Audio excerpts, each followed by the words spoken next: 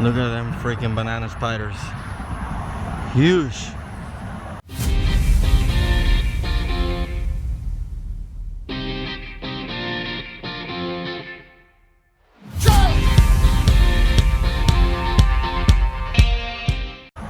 By the way, look at that. It's freaking cloudy. It's coming from the north to the south. A couple of miles down the road where I go pick up my mother-in-law to my mother-in-law's house, it's already raining.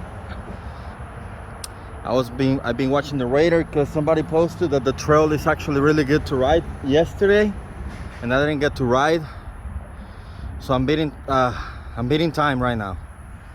I might be able to do one complete loop, but we'll see. Riding my Polygon T8.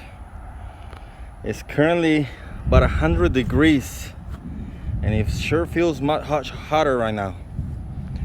But hey, what you gotta do? You gotta do what you gotta do to put in the workout.